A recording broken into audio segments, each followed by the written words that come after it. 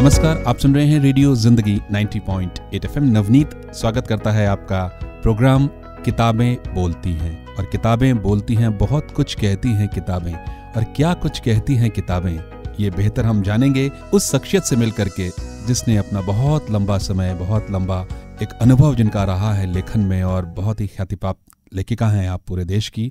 आज हमारे साथ मौजूद हैं वीना कपूर जी, जो कि एक जानी मानी उपन्यासकार हैं, लेखिका हैं, साहित्यकार हैं।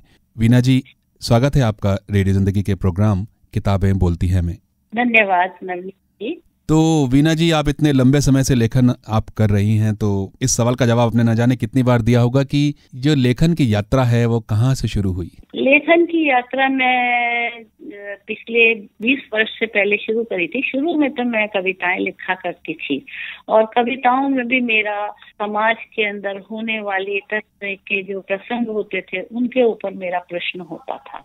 फिर धीरे धीरे मैंने लेख लिखने शुरू किए। फिर उसके बाद मैंने अपना ये कार्यक्रम शुरू किया कि मैं इनको बड़े रूप में ले जाऊं, आगे से विस्तृत रूप में इसको प्रस्तुत करूं समाज के सम्मुख।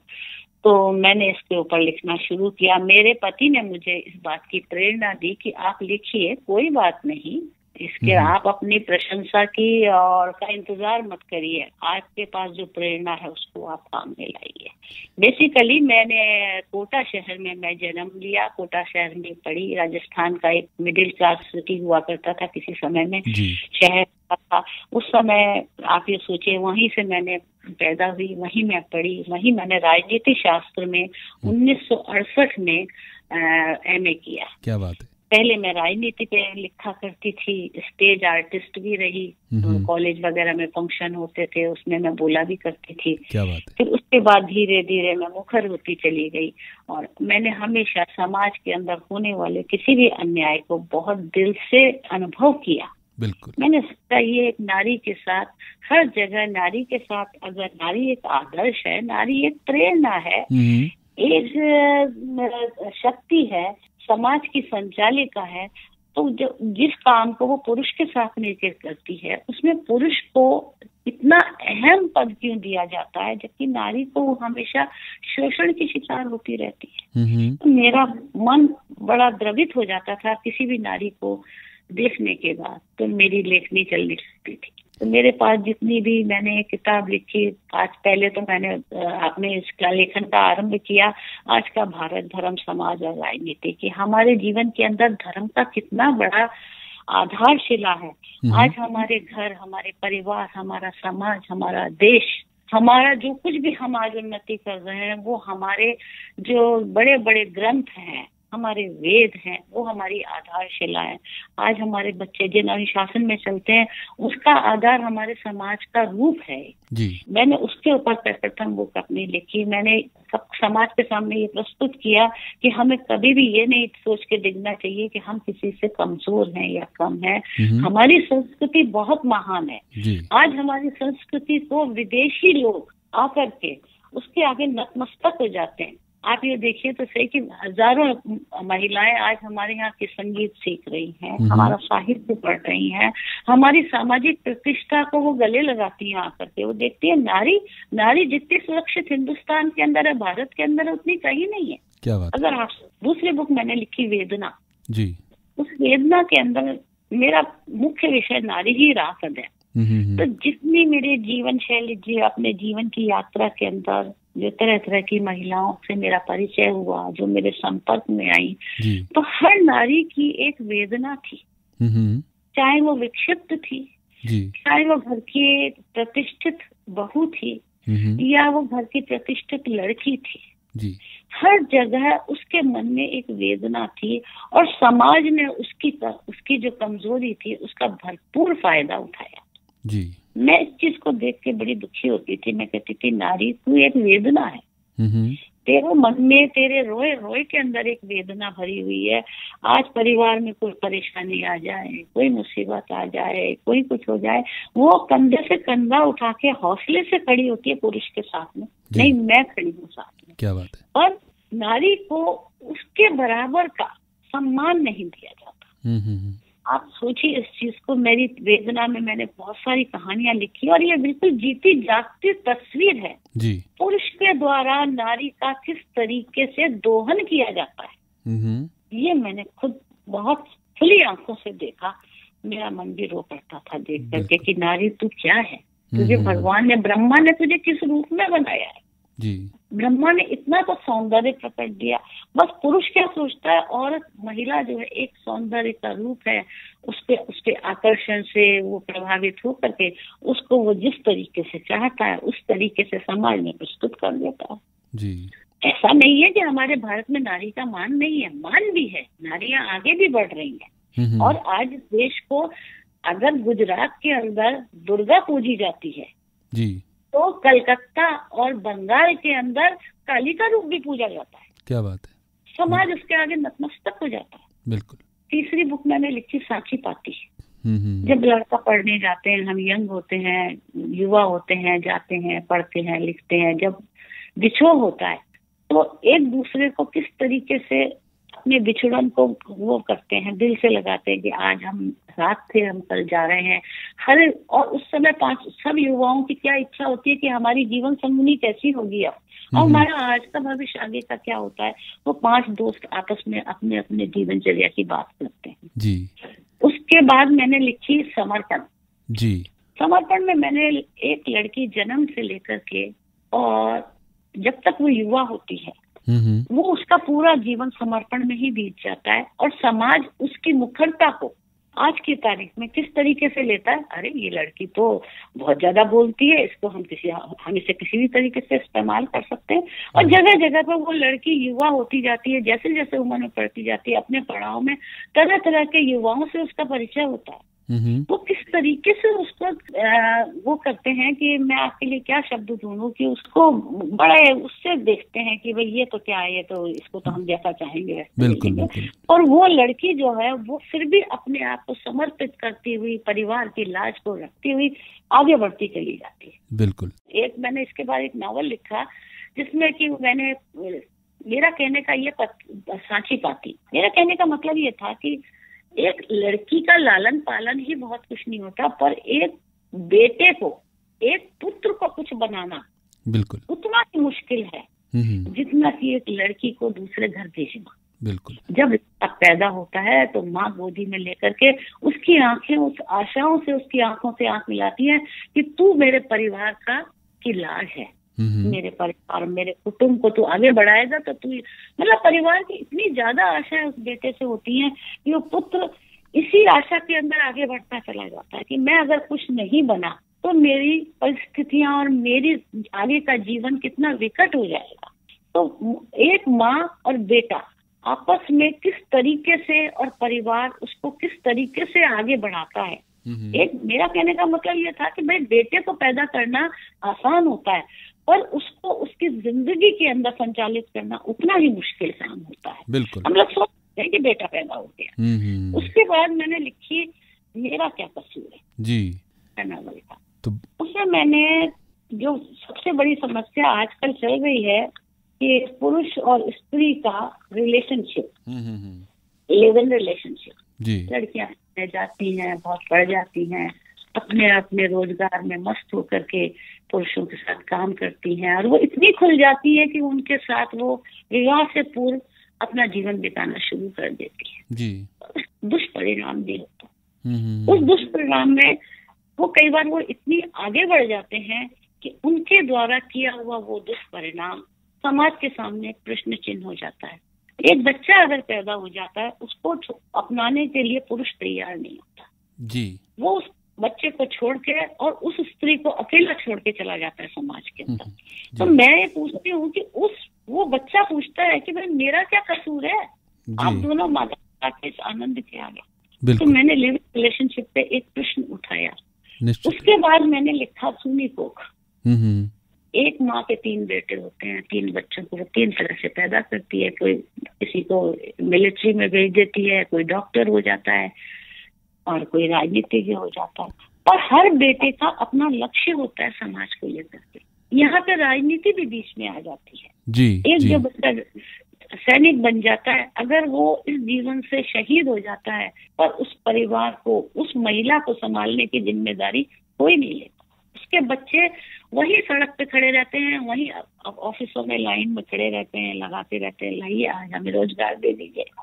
दूसरा बेटा राजनीतिज्ञ हो जाता है, वो अपनी जिंदगी में लड़ता रहता है, वो उसमें शहीद हो जाता है। तीसरा बेटा डॉक्टर हो जाता है, तो वे डॉक्टर से शादी करके तो एक माँ की कोख आज भी सुनी है, 3 बेटे पैदा करती है। क्या बात है। तो जिस तरीके से आपने जो लेखन किया है, वो जो नारी मन की जो व्यथा है, जो उसकी खुशी है, जो उसकी संवेदना है, और कहीं ना कहीं समाज के किसी न किसी चेहरे को दर्शाती हुई आपकी रचनाएं होती हैं। वीना जी, अगर हम आपकी रचनाओं की तरफ आते हैं, इससे पहले जिस तरह से आपने अपनी रचनाओं का जिक्र किया और जो आपने लेखन किया, और बहुत ही कहीं ना कहीं समाज में जिस तरीके से नारी के मन की जो व्यथा, खुशी और संवेदना है, उसका आपने बहुत खूबसूरत चित्रण किया। आपकी एक जो किताब है, अगर हम युवाओं की बात करते हैं, भारत युवाओं का देश है, तो यूथ ऑफ इंडिया भी आपने लिखा। तो ये युवाओं के ऊपर लिखने के पीछे क्या कारण रहा, यूथ ऑफ इंडिया जो आपने लिखी? यूथ ऑफ इंडिया में मेरा मतलब ये था कि राजनीति के अंदर आज की तारीख में युवा को राजनीति के अंदर आगे आना चाहिए, और आकर के हमारा जो संविधान है, उस संविधान के अंदर बहुत सारी चीजें ऐसी हैं जो कि युवाओं को आगे नहीं बढ़ने देती है। तो मैं उन युवाओं से कह रही हूँ, जो कुछ भी समाज के अंदर हो रहा है, आप मुखर होकर के आइए राजनीति के अंदर। ये देश को आपको ही चलाना है।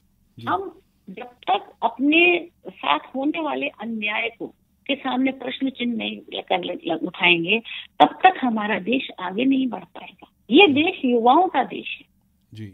आप ये देखिए, ये देश है वीर जवानों का, वीर जवानों का देश है ये, जहाँ पर प्रेमचंद से लेकर के और आज के शहीद हुए जितने भी अपने सैनिक हैं, वो सब युवा ही तो थे, जिन्होंने अपनी युवा पीढ़ी को आगे बढ़ने के लिए प्रेरित किया। आगे आओ, उसको अपने खुद के स्वार्थ को का त्याग करना पड़ेगा। हमें राजनीति में और संविधान के अंदर बदलाव लाना पड़ेगा। ये समय की पुकार है जी।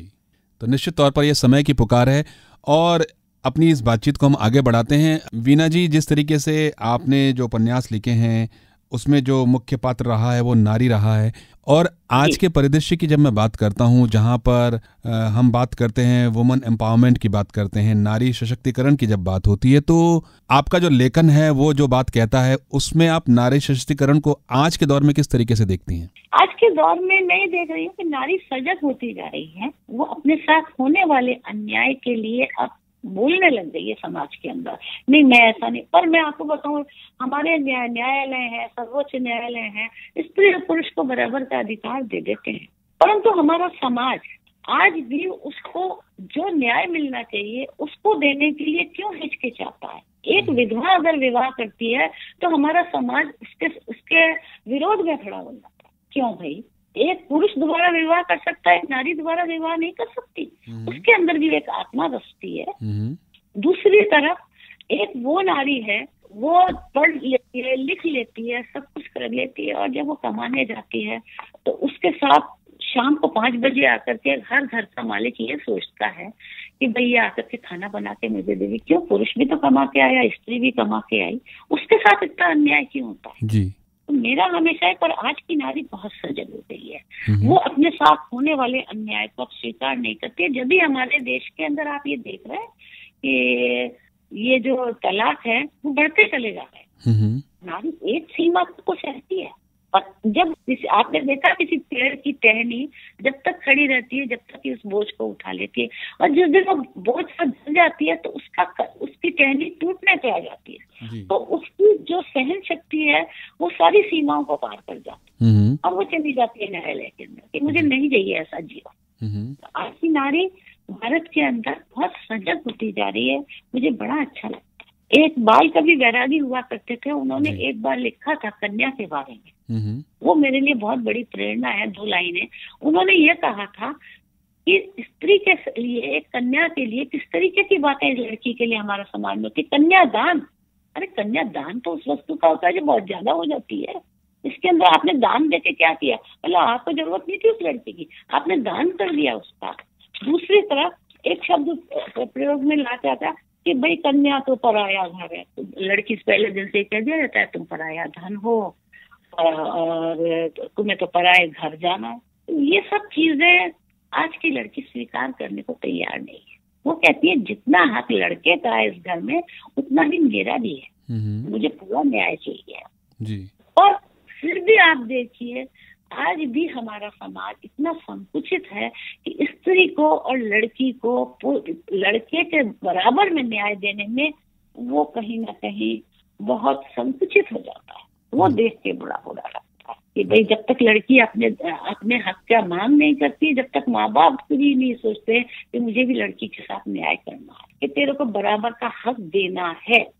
वीना जी, आपने इतनी किताबों का लेखन किया है, आपने इतना शानदार लेखन किया है और समाज का आईना लोगों को दिखाया है। आपके प्रिय लेखकों की अगर मैं बात करूं तो आप किनको पढ़ती हैं और आपके प्रिय लेखक कौन हैं? मैंने हिंदी के नॉवल काफी तो नहीं पर बहुत कुछ पढ़े हुए हैं, तो उसमें मैं आचार्य चतुरसेन शास्त्री की बहुत सारे लेख मैंने पढ़े, मुझे उनसे बड़ी प्रेरणा मिली। महादेवी वर्मा की जो कविताएं थी उनसे बहुत मिली, सुमित्रानंदन पंत और शिवानी की जो के कहानियां हैं वो मेरे को बहुत प्रेरणा की स्रोत है। नारी का जितने सौंदर्य का जितना सुंदर चित्र वो खींचती हैं, बड़ा मुश्किल होता है उस तरीके का चित्रण करना। और वो उत्तराखंड से जुड़ी हुई है, उत्तराखंड की जो कल्चर है जी, उसको उन्होंने बड़े अच्छे सुंदर ढंग में प्रस्तुत किया है शिवानी, और वो नारी की वेदना को कहीं ना कहीं छुई जाती है। क्या बात है। मैं जब उनकी कहानियां पढ़ती थी तो मैं शिवानी जी को प्रणाम करती थी मन ही मन के। उन्होंने स्त्री का कितना सौंदर्य का कितना सुंदर वर्णन करती थी कि जैसे कि आपके दिमाग के अंदर उसकी तस्वीर बन जाती थी उसकी सुंदरता की। मेरे को शिवानी के नॉवेल्स में बहुत, उनकी कहानियों में बहुत आकर्षित। और वीना जी, क्योंकि आपने जो लेखन किया है और जिस तरीके से आपकी लेखनी को हम देख रहे हैं, जहाँ पर आपने तमाम इन चीज़ों का जिक्र किया है, समाज का जिक्र किया है, और आज का जैसे कैसे आपने सांची पाती की बात की है या मेरा क्या कसूर की बात की है, तो जहाँ पर आज जो हो रहा है समाज में उसको आपने लिखा है। मैं आपसे जानना चाहूँगा कि जब लेखन की बात आती है तो आज का जो युवा है वो जिस तरीके से लिख रहा है सोशल मीडिया के इस ज़माने में, आप उसको किस तरीके से देखती हैं? मैं लिखती तो मैं भी हूँ देखिए, पर मैं ये सोचती हूँ कि किसी भी चीज़ को जिस तरीके से आजकल सेक्स वगैरह को लेकर के आज के उपन्यासों में ओपनली जो लिखा जाता है ना, उससे युवा पीढ़ी और जो हमारे बच्चे जो बड़े हो रहे हैं उनके सामने अच्छा चित्र नहीं जाता है। वो मैं अपने लेखन में उससे बचती हूँ, मैं उसको आवरण करके ही लिखती हूँ। बात तो मैं भी वही लिखती हूँ, पर उसको मैं शब्दों के आवरण से छुपा देती हूँ कि पढ़ने वाला पाठक जो है वो स्वयं सोचे ना कि इसके बाद क्या हुआ होगा। अगर मैं सभी चीज खोल के रख दूंगी तो पाठक क्या करेगा? आप भी तो समाज में रह रहे हैं, समाज में जो हो रहा है वो आप उसको देख रहे हैं, पर जिस तरीके का दोहन लड़कियों का हो रहा है और जिस तरीके से युवाओं की एक आकांक्षा होती है कि दोस्ती कर ली और बस उसके साथ मुझे अपनी जिंदगी और अपनी युवा अवस्था को आनंदित करना है, उन सब चीजों को जो लेख लिखते हैं मुझे उनसे थोड़ी सी शिकायत ये हो जाती है कि कृपा करके आज युवा पीढ़ी को आप पथभ्रष्ट मत करिए। बात वही है जो आप भी कह रहे हैं और मैं भी वही बात कह रही हूँ, पर उससे थोड़ा दूर रहिए, इससे हमारे समाज में अच्छा संदेश नहीं जाता है। जी, क्या बात है। तो बहुत गहरी बात आपने ये की है कि जिस तरीके से अगर आपको लेखन है तो लेखन में भी संयम बरतने की बहुत जरूरत है। जो समाज में इतना व्याभिचार हो रहा है उसके पीछे हमारे परिवार स्वयं जिम्मेदार भी है। पढ़ाइए, लिखाइए, खूब होशियार बनाइए, पर जीवन में आने वाले गतिरोधों से उनको सावधान करिए। ऐसा भी हो सकता है। नारी तो हमेशा से आकर्षण का केंद्र रही है, उसका शरीर, उसका सौंदर्य। ब्रह्मा भी हार गए थे वहाँ तो। वीना जी, आपकी किताबों की तरफ हम नजर डाल रहे हैं और जो ये आपकी जो नई किताब है और जो नाम है, ये नाम भी बहुत कहीं ना कहीं हमें सोचने पर मजबूर कर रहा है। ना तुम जीते न मैं हारी, इसके बारे में कुछ बताएं। आजकल हमारे देश के अंदर एक तलाक जैसी चीज खड़ी हो गई है जो कि पाश्चात्य सभ्यता से हमारी युवा पीढ़ी जो है वो बहुत प्रभावित हो गई है। तो क्या इसलिए मैंने ये बताने की कोशिश करी है कि जो हमारे यहाँ इसका जो दायरा है जो बढ़ता जा रहा है, आए दिन लड़कियों की शादी होती है, 1-2 साल साथ रहती हैं, चली जाती हैं। तो इसके पीछे बहुत सारे कारण हैं, उसमें हमारा समाज खुद इसके लिए जिम्मेदार है। हम लड़कियां हमारी यहाँ पढ़ लिख जाती हैं, युवाओं से वो बराबरी करती हैं, तो ये जो तलाक है ये समस्या क्यों मुंह उठा रही है? ये मैं बार बार मैं इस चीज को कह रही हूँ कि हमारा समाज जो है और हमारी जो शिक्षा है उसमें कहीं ना कहीं कुछ कमी हो रही है, जिसके कारण और कुछ हमारे समाज की आशाएं भी बहुत ज्यादा हो गई है कि ये लड़की है तो इसको तो ये करना ही चाहिए। ये जो एक प्रश्न है ना, उसकी वजह से आज की युवती जो है उसके सामने, समाज के सामने एक प्रश्न चिन्ह हो गई है। वो कहती कि नहीं, मैं इस अन्याय को सहन नहीं करूंगी। और माँ बाप बहुत कुछ लालच में आकर के अपनी बेटी का विवाह अपनी पसंद से कर देते हैं। और कई जगह ऐसा होता है कि बेटियां अपनी पसंद से अपना वर ढूंढ लेती हैं। ऐसा नहीं है कि सभी लोग इसके अंदर विफल होते हैं और सभी इसके अंदर सफल होते हैं। ये सफलता और विफलता एक सिक्के के दो पहलू होते हैं, परंतु उसके कारण भी होते हैं बहुत सारे। ये जो मेरा नावल है इसमें मैंने बार बार यही आवाज लगाई है कि हमारे न्यायालय, हमारा सामाजिक परिवेश जो है वो इसके लिए बहुत मुश्किल जिम्मेदार। और हमारे यहाँ इस चीज को बहुत हेय दृष्टि से देखा जाता है। एक तलाकशुदा लड़की का पुनर्विवाह बहुत मुश्किल होता है, जबकि फिर वही मेरी बात वापस आ गई कि पुरुष के साथ न्याय क्यों, स्त्री के साथ अन्याय क्यों? कि एक तलाकशुदा पुरुष की शादी बहुत आसान होती है, जबकि तलाकशुदा स्त्री का विवाह बहुत मुश्किल से होता। क्यों होता? ये मैंने इसके अंदर प्रश्न उठाए हैं समस्याओं का निवारण करने के लिए कि क्यों होते हैं। मतलब मेरा प्रश्न ये है कि ये तलाक होते क्यों है। बस इसको समाज को देखना चाहिए, क्योंकि उनका जीवन दो दिलों का, दो परिवार नष्ट हो जाते हैं जी। और उससे सबसे ज्यादा जो सफर करते हैं फिर वही संतान सफर करते हैं। दोनों को दूसरे माँ बाप मिल जाते हैं और वो जीवन नहीं मिल पाता जो अपनी माँ और अपने माँ बाप से उनको प्राप्त होता है। ये अन्याय तो होता ही है समाज के अंदर। आज की तारीख में जो तलाक बढ़ते जा रहे हैं वो उसके पीछे बहुत कुछ शिक्षा है। लड़कियों का लड़कों के बराबर रोजगार में लगना है, क्योंकि वो कहते हैं कि मैं भी कमा के लाती हूँ, मैं भी इस परिवार का पूरा अंग हूँ। मुझे वही वातावरण चाहिए जो वातावरण आज की तारीख में, आज के समय की पुकार है। तो माँ बाप को भी शादी करने से पूर्व ये सोचना चाहिए कि वो अपनी लड़की का विवाह जिस परिवेश में कर रहे हैं उसके लायक मेरी लड़की का मैंने लालन पालन किया है कि नहीं किया है जी।